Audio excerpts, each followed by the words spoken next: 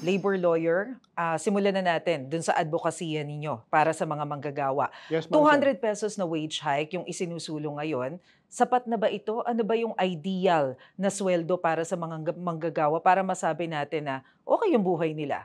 Masasabi kong significant kasi nung mga unang mga taon ay barya-barya ang binigay ng Regional Tripartite Wages and Productivity Board.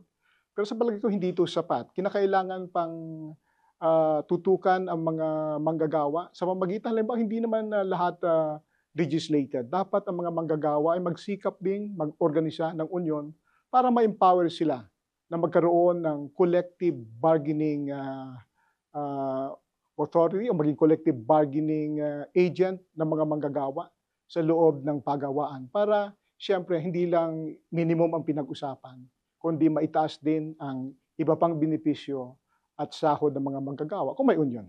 Hmm. But